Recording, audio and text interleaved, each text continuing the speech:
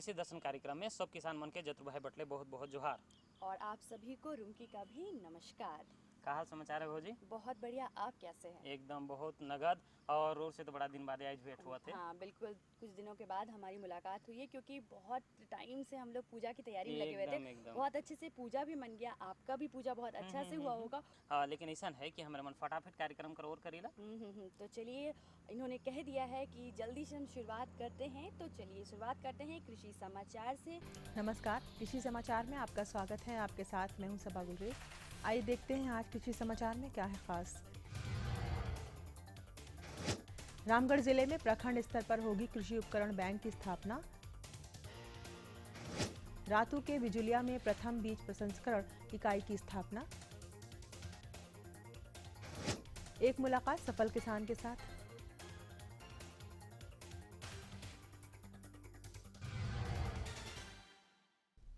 और अब समाचार विस्तार से।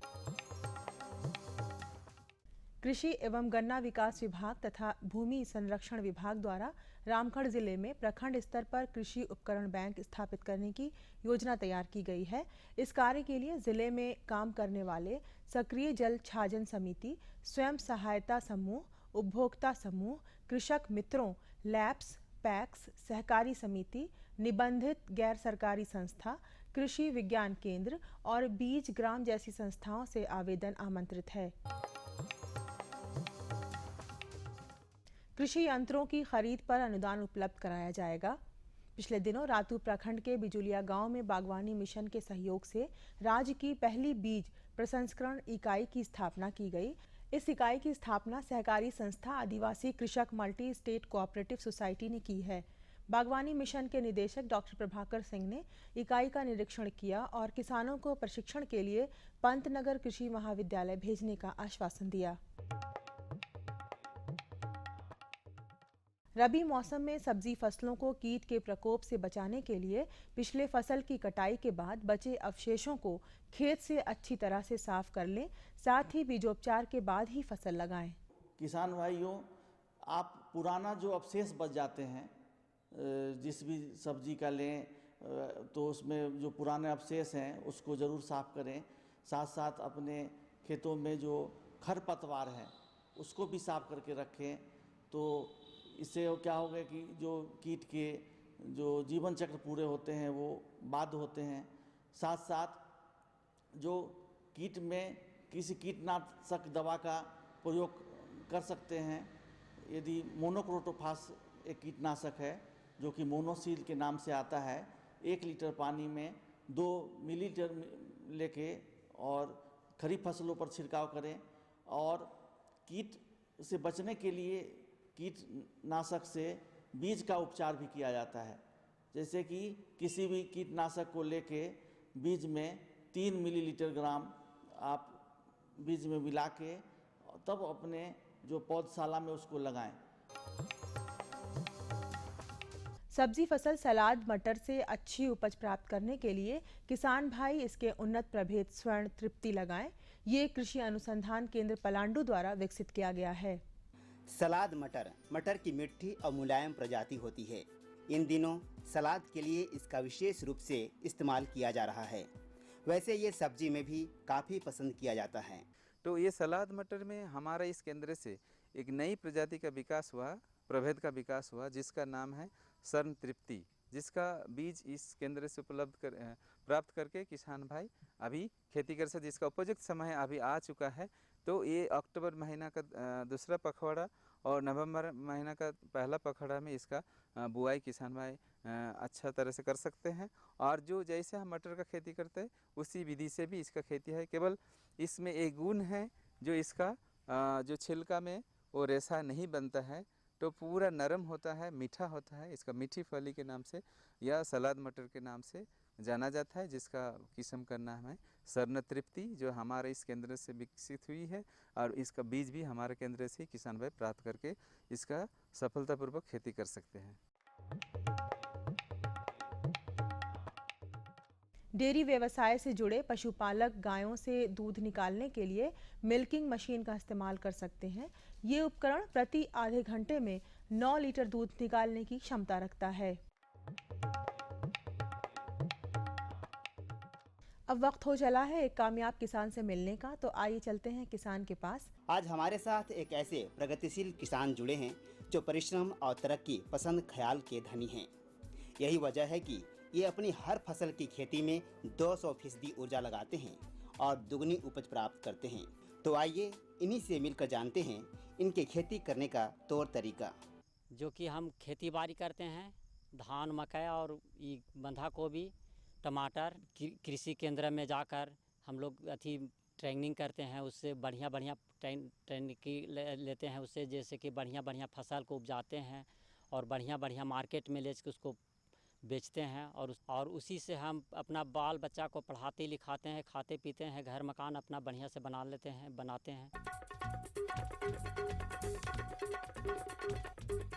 और अब एक नज़र राज्य के 5 प्रमुख शहरों के मौसम के मिजाज पर। आज राज्य के 5 प्रमुख नगरों के अधिकतम और न्यूनतम तापमान कुछ इस प्रकार दर्ज किए गए। रांची का अधिकतम तापमान 25 डिग्री सेल्सियस और न्यूनतम 19 डिग्री सेल्सियस। जमशेदपुर का अधिकतम तापमान 29 डिग्री सेल्सियस और न्यूनतम 21 डिग्री सेल्सियस। मेदिनीनगर का अधिकतम तापमान 30 डिग्री सेल्सियस और न्यूनतम 19 डिग्री सेल्सियस। देवघर का अधिकतम तापमान 28 डिग्री सेल्सियस और न्यूनतम 21 डिग्री सेल्सियस। वहीं धनबाद का अधिकतम तापमान 29 डिग्री सेल्सियस और न्यूनतम 22 डिग्री सेल्सियस दर्ज किया गया।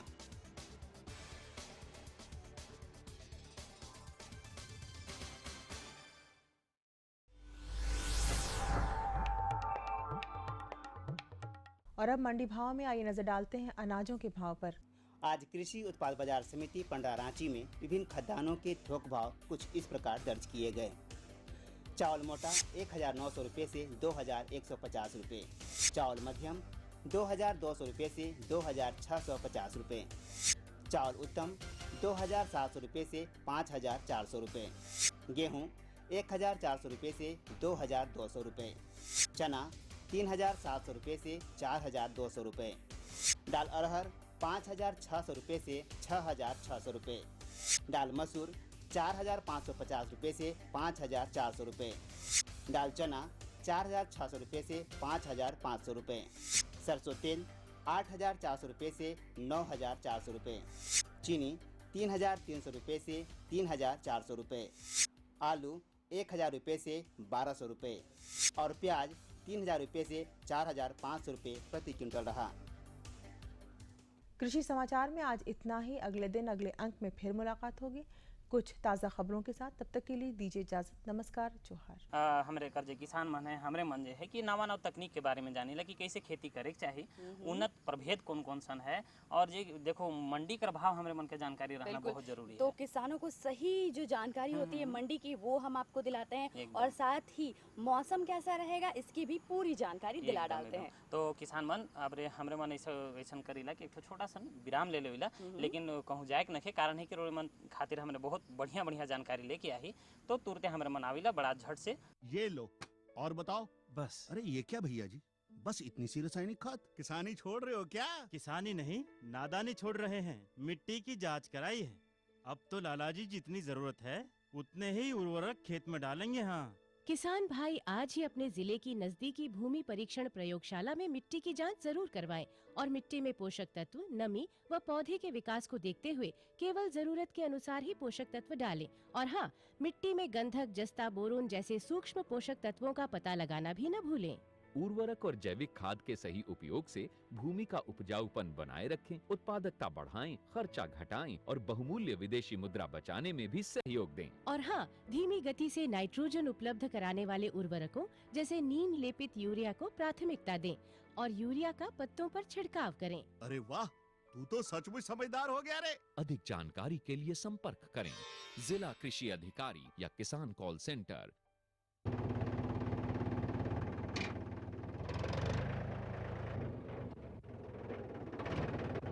अरे हरकू वाह, बीज, कीटनाशक और आज खाद भी। अरे इतना खर्चा कहाँ से? अरे खर्च की चिंता किसे है, मेरे पास है ये किसान क्रेडिट कार्ड। कार्ड? अरे बैंकों द्वारा जारी इस कार्ड से किसान उसकी सीमा तक की रकम कभी भी बैंक से निकलवा सकता है और खेती बाड़ी की सामग्री कभी भी खरीद सकता है। कर्ज के झंझट से भी छुटकारा और तो और बिजली के बिलों का भुगतान, डीजल इससे खरीदना और आसान हो गया है। तो हर को भैया एक कारण मेरे लिए भी। किसान क्रेडिट कार्ड के लिए नजदीकी बैंक से संपर्क करें और पाएं ढेर सारे लाभ। तो चलिए, विराम के बाद एक बार फिर से आप सभी का बहुत बहुत स्वागत है कृषि दर्शन में। हाँ। और देखो किसान मन जिसन के मन के बता ली कि हमारे मन बड़ा नगद जानकारी मन खातिर लेके आविला, तो अब हमारे मन भी बढ़िया जानकारी लेके आई। और आज की जो हमारी पहली जानकारी है वो है पौधशाला में हम जो हरी हरी सब्जी की खेती कैसे कर सकते हैं, कैसे उसकी जो उपज है उसे अच्छी तरीके से बढ़ा सकते हैं। तो आओ हमारे मन पौधशाला में कैसे खेती कर सकीला सेकर बारे में हमारे मन जानकारी हमारे मन के देवे विशेषज्ञ हैं डॉक्टर अरविंद कुमार मिश्र। किसान भाइयों, आज हमने आपके लिए विषय चुना है पॉली हाउस में सब्जियों की खेती कैसे करें। इसी विषय पर जानकारी देने के लिए कृषि विज्ञान केंद्र बलियापुर धनबाद के कार्यक्रम समन्वयक डॉक्टर अरविंद मिश्रा हमारे साथ हैं। डॉक्टर साहब, सबसे पहले हमारे किसान भाइयों को बताइए कि पॉली हाउस में खेती करने के लिए हमारे किसान भाई मतलब किन की चीज़ों का व्यवस्था सबसे पहले करें। जी, पॉली हाउस जैसा कि नाम से ही वाकिफ है, ये प्लास्टिक का घर कहा जा सकता है, अंग्रेजी का शब्द है। तो ये विभिन्न आकार के हो सकते हैं, ज़रूरत के हिसाब से ये आयताकार साइज में इंजीनियर की मदद से पॉली हाउस बनाए जाते हैं और जो दक्ष तकनीशियन होते हैं उनके मदद से इस पॉली हाउस का निर्माण किया जाता है। और इस पॉली हाउस के निर्माण के पीछे तथ्य ये है कि हमारे किसान भाई सब्जी की खेती, जो कि एक नगदी फसल है, और इस खेती का सबसे बड़ा महत्व है कि सालों भर हमें सब्जी चाहिए, जबकि मौसम की ऐसी मार होती है कि जब ज़्यादा तेज़ धूप होती है तो सब्जी की खेती हम नहीं कर सकते, ज़्यादा बारिश होती है तो सब्जी हम खेती नहीं कर सकते, सब्जी की खेती को नुकसान हो जाता है, ओले पड़ने लगते हैं तो सब्जी की खेती को नुकसान हो जाता है। इस तरह से इन सारे नुकसान से बचते हुए सालों भर सब्जी की खेती करने की जो तकनीक है वो पॉली हाउस में आप सब्जी की खेती कर सकते हैं। और इससे इन सारे नुकसान से बचते हुए बहुत अच्छे तरीके से हमारे किसान भाई सब्जी का खेती करके फ़ायदा कमा सकते हैं। मुख्य रूप से सब्जी की खेती में टमाटर की खेती और शिमला मिर्च की खेती, ये दो मुख्य सब्जी है जिसका कि बाज़ार भाव सालों भर मौजूद है और इसकी खेती हमारे पॉली हाउस में बहुत अच्छे तरीके से हो सकता है। इसमें टमाटर की खेती के लिए कोई भी महीना निर्धारित नहीं है। अभी का जो रबी का सीज़न शुरू हो रहा है, अक्टूबर का माह है, अभी भी किसान तुरंत शुरू कर सकते हैं पॉली हाउस में सब्जी की खेती। और इसके लिए उनको अच्छे संकर नस्ल का जो है टमाटर का और शिमला मिर्च का बीज बाज़ार से लेना पड़ेगा, पौध तैयार करने पड़ेंगे और पॉली हाउस में इसकी खेती करनी पड़ेगी। साथ ही पॉली हाउस का एक बहुत बड़ा और फ़ायदा ये है कि जैसा कि आप जानते हैं कि हमारे झारखंड में पानी की नितांत कमी है, कम पानी के वजह से भी सब्जी की खेती लोग नहीं कर पाते हैं। लेकिन पॉली हाउस में ऐसी व्यवस्था दी गई है जिससे दो तरह से सिंचाई हो सकते हैं, एक तो टपक सिंचाई हो सकती है और दूसरा स्प्रिंकलर सिंचाई, दोनों तरह की सिंचाई की व्यवस्था होती है, जिससे बहुत कम पानी खर्च करके पॉली हाउस के अंदर सब्जियों को सिंचाई की व्यवस्था दी जा सकती है। साथ ही साथ पॉली हाउस का सबसे बड़ा जो अमूल्य योगदान है, खास करके इस टमाटर की खेती और शिमला मिर्च की खेती में, इसमें बहुत सारे रोग और कीड़े लगते हैं और ये रोग कीड़े का जो प्रकोप है ये उनके जो चारों तरफ का जो वातावरण है ये उनके लिए ज़्यादा जिम्मेदार है। लेकिन जब पॉली हाउस में खेती होती है तो ये बाहरी वातावरण से अलग होते हैं, इन कीड़ों का प्रकोप बहुत नहीं के बराबर, 1% भी उन कीड़ों का अटैक उनके ऊपर नहीं हो पाता है। बाहर में जो रोग फैला हुआ है उस रोग का भी संक्रमण हमारे पॉली हाउस में जो सब्जी लगे हुए हैं उसमें नहीं हो पाता है। इसलिए ये सब्जियां गुणवत्ता में बहुत अच्छी होती हैं, बढ़वार बहुत अच्छी होती है, जिससे कि किसानों को ज़्यादा से ज़्यादा लाभ मिल पाता है। डॉक्टर साहब, अभी आपने चर्चा की थी कि पॉली हाउस में टमाटर और शिमला मिर्च की खेती के बारे में, तो हमारे किसान भाइयों को बताइए कि पॉली हाउस के लिए कौन कौन से उत्तम मतलब किस्म होंगे, इसके बारे में बताइए। जी, टमाटर के 2 किस्म हैं जो संकर किस्म हैं, स्वर्ण संपदा, स्वर्ण समृद्धि। ये दोनों बहुत ही उन्नत किस्म के संकर ये हैं प्रजाति, जिसपे कि बहुत अधिक उपज लिया जा सकता है। साथ ही शिमला मिर्च के हैं जो है कैलिफोर्निया वंडर और येलो वंडर, ये 2 प्रजाति हैं जिसका कि हमारे झारखंड में काफ़ी डिमांड है और किसान काफ़ी इसका खेती कर रहे हैं। ये इनका चुनाव करके किसान अच्छा पैसा कमा सकते हैं। अब बात आता है कि जब ये दोनों संकर किस्म हैं, ये हमारे किसान भाई पॉली हाउस में लगाएं जी, और साथ ही साथ सीधे अगर खेत में लगाएं, तो दोनों में उत्पादन में क्या अंतर पड़ेगा, ये हमारे किसान भाइयों को बताएं। ये यदि कहा जाए कि सीधे खेत में खेती करेंगे और पॉली हाउस में खेती करेंगे तो दोनों में बड़ा अंतर है। ये समझ लें कि यदि खेत में कोई किसान 100 क्विंटल उपज लेता है तो पॉली हाउस में सीधे ये 300 क्विंटल तिगुना उपज ले सकता है, क्योंकि पॉली हाउस में सारे कंट्रोल सिस्टम हैं, सारे ऐसे व्यवस्थित हैं कि उसमें अधिक उत्पादन होने की सारी गुंजाइशें हैं।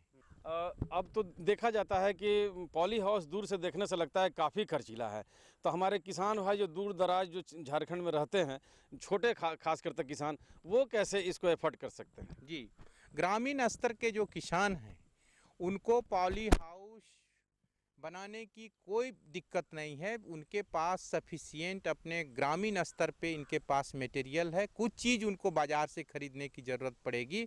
सबसे पहले तो हमारे ग्रामीणों के पास बांस का फसल है, बांस का उनके पास पौधे हैं, जिससे कि बांस की बत्ती वो आसानी से उपलब्ध कर लेंगे, बांस के खूंटे हो जाएंगे और पॉलीथीन सीट वो बाज़ार से खरीद लेंगे। बाकी कुछ जो ड्रिप इरिगेशन की पाइप है ये बाज़ार से खरीद लेंगे और बहुत कम कीमत पे, बहुत लो कॉस्ट पे, जहाँ की सरकारी जो पॉली हाउस का कीमत यदि 1 लाख रुपया होगा तो हमारे किसान 15,000 में 15 से 20,000 में उसी रेशियो में, उसी अनुपात में पॉली हाउस को अपने स्तर पे निर्माण कर सकते हैं और कम लागत में भी पॉली हाउस बना के उसमें खेती कर सकते हैं। हमारे किसान भाई पॉली हाउस में खेती करें, इसके लिए और किन बारीक बातों पर ध्यान दें?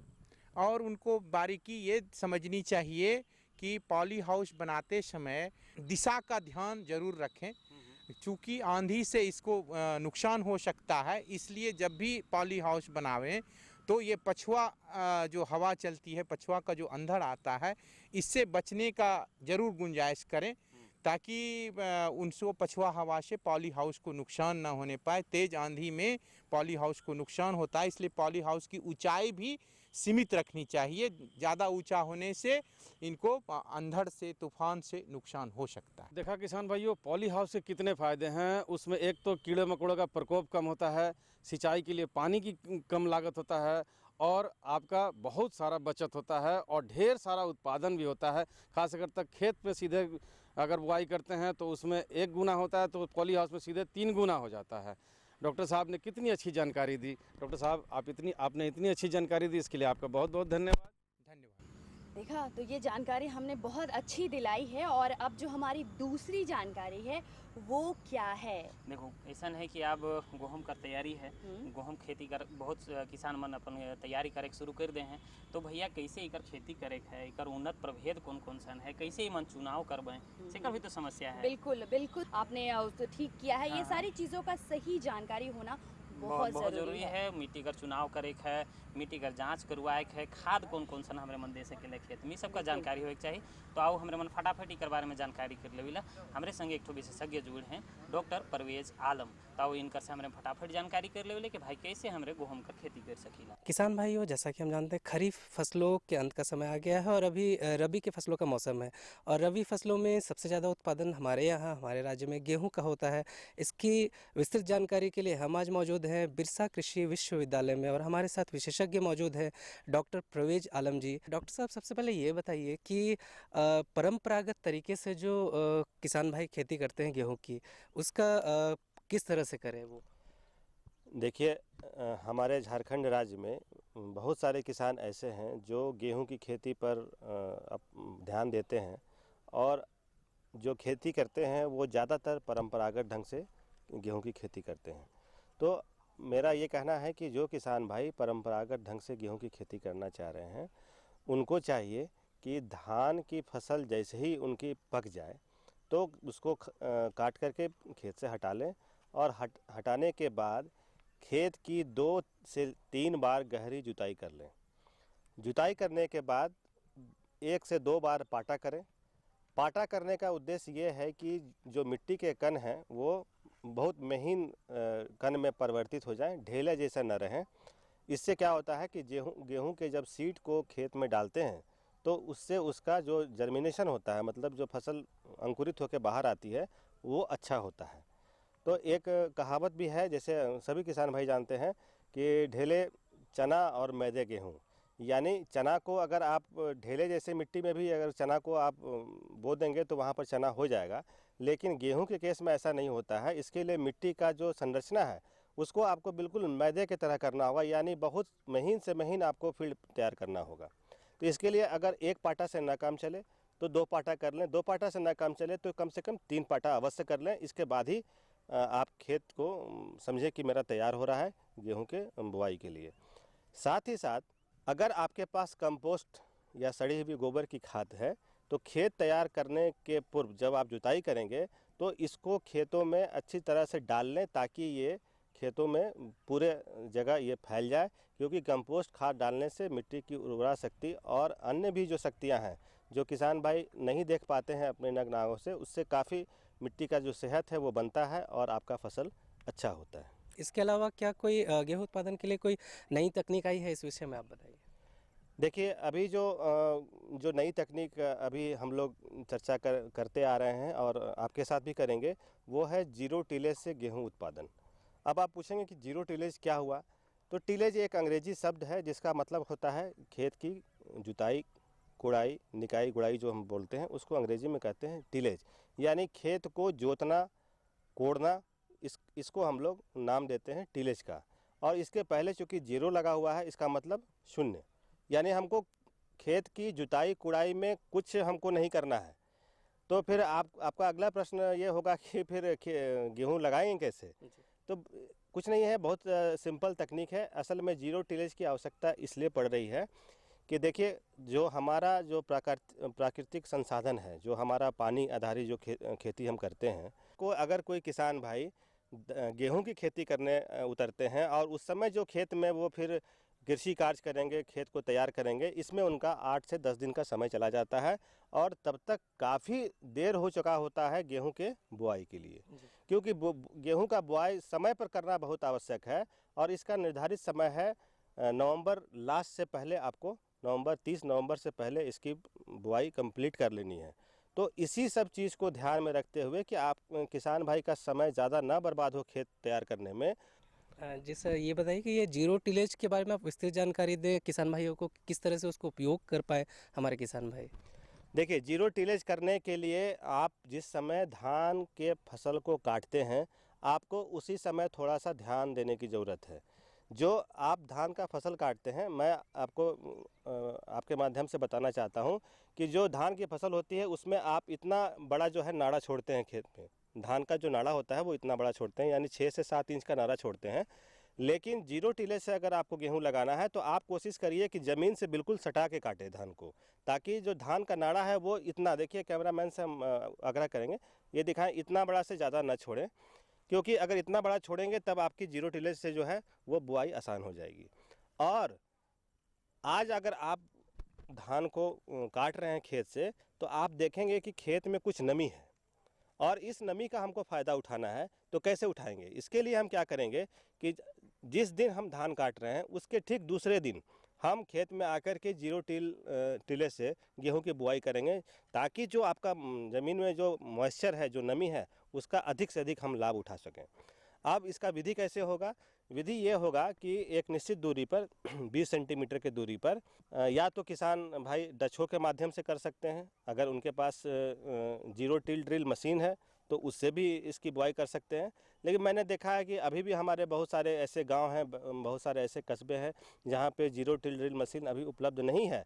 तो जो पतला वाला जो कुदाली होता है जिसको डछो बोलते हैं, उस डछो का जो नुकीला पार्ट है उससे जो है सिर्फ एक लाइन खेत में खींचनी होती है हर 20 सेंटीमीटर पे। लाइन इतनी गहरी नहीं खींचना है कि आप उसमें गड्ढा जैसा आकृति बने, बस लाइन इतनी ही खींचना है कि उसमें गेहूं का सीड जो है किसी तरह से छुप जाए। तो आप लाइन खींचिए। लाइन खींचने के बाद उसमें आप पहले खाद गिराएंगे, और खाद में भी कुछ सावधानी नहीं करना है। जैसे आप परंपरागत खेती में जो आप खाद यूज़ कर रहे हैं वही खाद की मात्रा, वही सब कुछ इसमें डालना है। यानी यूरिया का प्रयोग करेंगे, अगर डीएपी डाल रहे हैं तो डीएपी डालेंगे, म्यूरेट ऑफ पोटास डालें। पोटास खाद किसान भाई से आग्रह है कि ज़रूर डालिए, क्योंकि पोटास नहीं डालने से क्या होता है, खखरी का बीमारी मिलता है। इसलिए पोटास ज़रूर खेत में डालेंगे।